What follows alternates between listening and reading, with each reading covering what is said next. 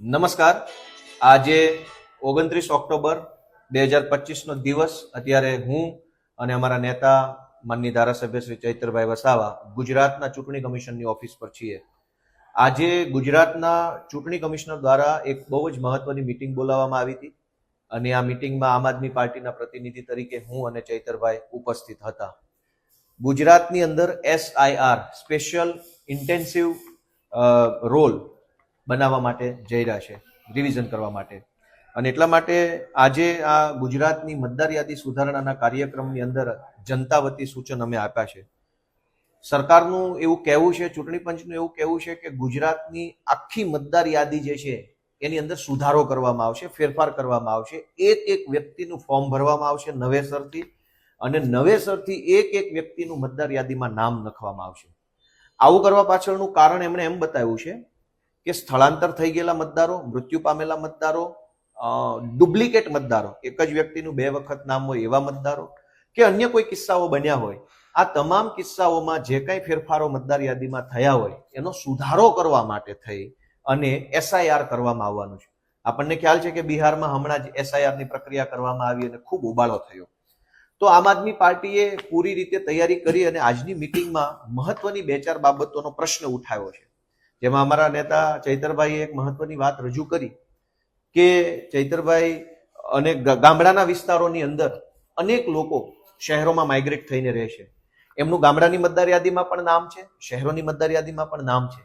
તો આ SIR કર્યા પછી 2 માંથી એક જ જગ્યાએ નામ રાખવા માટે શું વ્યવસ્થા છે? તો ચૂંટણી પંચ પાસે એનો કોઈ જવાબ નથી. એવો એક બીજો પ્રશ્ન પૂછવામાં આવ્યો કે ગુજરાત ઇન્ડસ્ટ્રીયલ સ્ટેટ છે, ઔદ્યોગિક રાજ્ય હોવાના કારણે ગુજરાતના લગભગ જિલ્લાઓની અંદર GIDC અને મોટી મોટી કંપનીઓ અને મોટા મોટા ઉદ્યોગો છે. આ ઉદ્યોગો કંપનીઓમાં ઉત્તર પ્રદેશ, રાજસ્થાન, બિહાર કે અલગ અલગ રાજ્યો, મધ્યપ્રદેશના માણસો ત્યાં મજૂરી કરે છે. એ મજૂરી કરતા લોકોના હજારોની સંખ્યામાં નામ મતદાર યાદીમાં ભાજપ દ્વારા નાખી દેવામાં આવ્યા છે અને ચૂંટણી ટાણે કંપનીના માલિકોને દબાવીને એ મજૂરોના મત ભાજપની અંદર જાય એવી વ્યવસ્થા આખા ગુજરાતમાં ઊભી કરેલી છે. અમે આજે ચૂંટણી પંચને પ્રશ્ન પૂછ્યો કે ઉત્તર પ્રદેશની મતદાર યાદીમાં પણ નામ હોય અને રાજકોટની GIDCમાં રહેતા મજૂરનું નામ રાજકોટમાં પણ હોય તો બંને નામ ચેક કેવી રીતે કરશો? આ પ્રશ્નનો ગુજરાતના ચૂંટણી પંચ પાસે હાલમાં કોઈ જવાબ નથી કે આવું ચેક કેવી રીતે કરવાનું.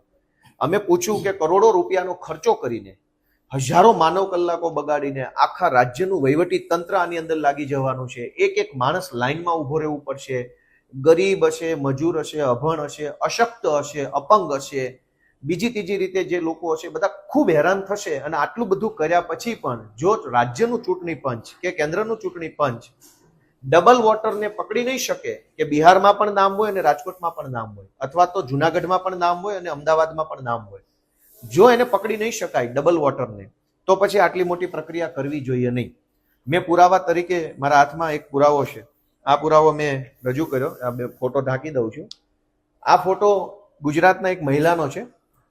આ મહિલાનું નામ એક જ મકાનમાં 3 વખત નોંધાયેલું છે. પોતાના ઘરમાં 3 વખત આ બેન મતદાર છે. એક મહિલાનું આ ચૂંટણી કાર્ડ લઈને મેં રજૂ કર્યું અને ચૂંટણી પંચના જે મેન સાહેબો હતા એને જોઈને ખાલી મારી સામે સ્માઇલ કરી. એની પાસે કોઈ જવાબ જ નથી કે ગોપાલ ઇટાલિયાનો 3 વખત મતદાર યાદીમાં નામ છે.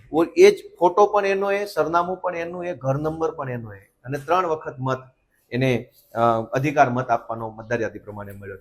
તો આખી SIRની જે પ્રક્રિયા થઈ રહી છે એની અંદર આમ આદમી પાર્ટીને તમામ સૈનિકોને સૂચના આપવાની છે આવનારા દિવસોમાં કે આપણે બધાએ મત રક્ષક બનવાનું છે અને મત રક્ષક બની ગુજરાતમાંથી એક પણ માણસની વોટ ચોરી ન થઈ જાય, વોટ કાપી ન જાય ભાજપ, એના માટેની પૂરતી કાળજી રાખવાની છે. ગામડે ગામડે એક એક વ્યક્તિ સુધી પહોંચી દરેકનું નામ નવી મતદાર યાદીમાં આવી જાય એ માટેની અમારી પૂરી તૈયારી છે. ભાજપને જે પ્રયત્ન કરવા એ કરી લે, પણ આ વખતે એનું હારવાનું ફરજિયાત છે, કેમ કે આ વખતે આમ આદમી પાર્ટી બેઠી છે. આમ આદમી પાર્ટી છે ત્યાં સુધી કોઈ પણ પ્રકારની ગેરરીતિ થવા નહીં દઈએ. વધારે વિગત અમારા ચૈતરભાઈ વસાવા કહેશે. આજે ગુજરાતના મુખ્ય ચૂંટણી અધિકારીએ તમામ સર્વદળીય બેઠક આજે બોલાવી. એમાં અમારા આમ આદમી પાર્ટીના ગુજરાતના નેતા ગોપાલ ઇટાલિયાજી અને અમે ઉપસ્થિત રહ્યા. અમે બંને ધારાસભ્ય એટલા બધા ગુજરાતની જનતાને લઈને ગંભીર હતા કે અમે કીધું કે હમણાં સુધી જે લોકો મૃત્યુ પામતા હતા, જે વહુને આપણે લગ્ન કરીને લાવતા હતા, તો એ રૂટિન પ્રક્રિયામાં એ નામ ચડી જાય ને મૃત્યુ પામે એનું નામ કમી કરી દેતા હતા. બીએલઓ નું એ કાયમનું કામ છે, રૂટિન ચાલે છે. તો એસઆઈઆર ગુજરાતમાં લાવીને 4/11/2025 થી 4/12/2025 એક મહિના દરમિયાન 5,08,39,000 મતદાતાઓના નવા ફોર્મ ભરીને નવી યાદી તૈયાર કરવાની શું જરૂર પડી? અને છેલ્લે 2002 થી લઈને હમણાં 21 વર્ષમાં ક્યારે આવું થયું નથી, પણ આ વર્ષે જ કેમ સરકારને જરૂર પડી કે અમારે એસઆઈઆર કરવું છે, કે જે લોકો મરણ પામ્યા હોય એના નામ અમારે કાઢવા છે? ત્યારે અમે સરકારને પૂછ્યું કે જે લોકો ડુપ્લિકેટ મતદાતાઓ છે, બે જગ્યાએ મત કરે છે, માનો કે અંકલેશ્વરમાં મજૂરી અર્થે આવેલા બિહાર, યુપી, મધ્યપ્રદેશના લોકો પોતાના ગામમાં પણ મતદાન કરે છે અને અંકલેશ્વરમાં મતદાન કરે છે, તો એના માટે ચૂંટણી પંચ પર શું ટેકનિકલી શું સોફ્ટવેર છે કે શું બાબતો છે કે એને આપણે પકડી શકાય? તો ચૂંટણી પંચ પર એનો જવાબ નથી. બીજું, એક જ મહિના માટેનો આ કાર્યક્રમ છે અને આખી મતદાર યાદી નવી બનાવવાની છે. ત્યારે જે લોકો પોતાનો જીવન નિર્વાહ માટે ગામડાઓમાંથી સૌરાષ્ટ્રમાં ખેત મજૂરી કરવા જાય છે, સુગરોમાં મજૂરી કરવા જાય છે, કંપનીઓમાં મજૂરી કરવા જાય છે, અને એ લોકોના ઘરે જ્યારે બીએલઓ જશે અને ઘરને તાળું મારેલું હશે તો એનો ફોટો ક્યાંથી આવશે, એના ડોક્યુમેન્ટ ક્યાંથી લેવામાં આવશે અને એની શું વ્યવસ્થા છે? ત્યારે ચૂંટણી અધિકારી પાસે એનો જવાબ નથી. એ જ પ્રકારે અમે કીધું કે બોર્ડર વિલેજો છે ગુજરાતમાં, ઘણા મધ્યપ્રદેશ, રાજસ્થાન અને મહારાષ્ટ્રની બહેનોને વહુ બનાવીને અહીંયા લાવવામાં આવ્યા છે અને ઘણી અહીંની બહેનોને ત્યાં પણ લગ્ન કરીને આપ્યા છે. ત્યારે એમના પુરાવા કઈ રીતના આપણે મહિનાની અંદર ભેગા કરીશું? ત્યારે ત્યાંની યાદીમાં પણ નામ છે, તે કમી કઈ રીતના થશે, અહીંની યાદીમાં ઉમેરીશું કે કઈ રીતના સિસ્ટમ છે? એનો જવાબ ચૂંટણી પંચ પર નથી. ત્યારે જે 5,08,39,000 મતદાતાઓની નવી યાદી બનાવવાની જે તજવીજ આ ગુજરાત સરકારે હાથ ધરી છે, એ માત્ર ને માત્ર ગરીબ, વંચિત, દલિત, પીછડા અને મજૂરી વર્ગના લોકો, ગામડાના લોકો, જે વૃદ્ધ છે, વિધવા છે, ત્યક્તા છે, એવા લોકોને આમાં ખૂબ જ મોટા પ્રમાણમાં હેરાનગતિ થવાની છે. મહિનાની અંદર એ લોકો સૌરાષ્ટ્રથી પોતાના ગામે આવશે ચૂંટણી મતદાન યાદીમાં નામ ઉમેરવા માટે? શું એ લોકો રજા પાડશે કંપનીમાં? શું એ લોકો સુગરમાં અઠવાડિયું રજા પાડીને ઘરે જવાના છે? નથી જવાના.